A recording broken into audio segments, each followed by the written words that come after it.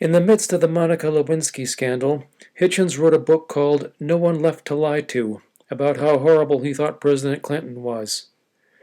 On pages 15 and 16, and again on page 83, Hitchens said Clinton raped a woman named Juanita Broaddrick in 1978. He called Broaddrick, quote, extremely credible and principled, unquote, and said he believed her accusation, but nowhere in the entire book did he explain why.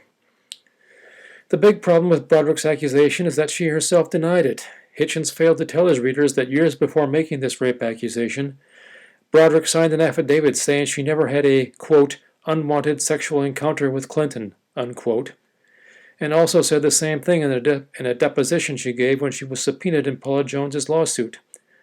You can read about this on pages 63 and 64 and page 346 of the book The Hunting of the President by Joe Conason and Gene Lyons.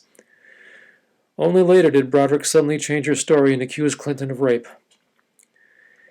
Naturally, one wonders why Broaddrick changed her story. Money seems a likely motive.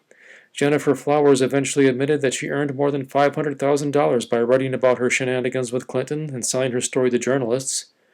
You can read about that on page 346 of The Hunting of the President by Joe Conason and Gene Lyons, the book I just mentioned. Maybe Broaddrick thought she could get some money too. One has to wonder why Hitchens failed to mention that Broaddrick suddenly changed her story after years of denying that anything illegal happened. Can it be that he honestly was unaware of that fact? That is extremely hard to believe. He said on pages 15 and 16 that Broaddrick's rape accusation was common knowledge in Washington, and that NBC News interviewed her about it. Surely, unless Hitchens was remarkably obtuse, he must have wondered why her story was getting such short shrift, and so he must have asked people about it and heard the facts.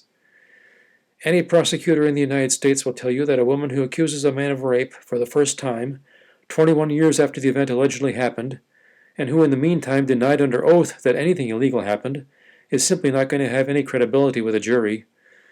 She herself is saying that previously she lied under oath. Why believe her now, just because she is now telling a different story? Surely Hitchens knew this. Surely Hitchens just wanted to hide the full truth from his readers. Decent writers want to educate their readers, but Hitchens wanted to deceive his readers.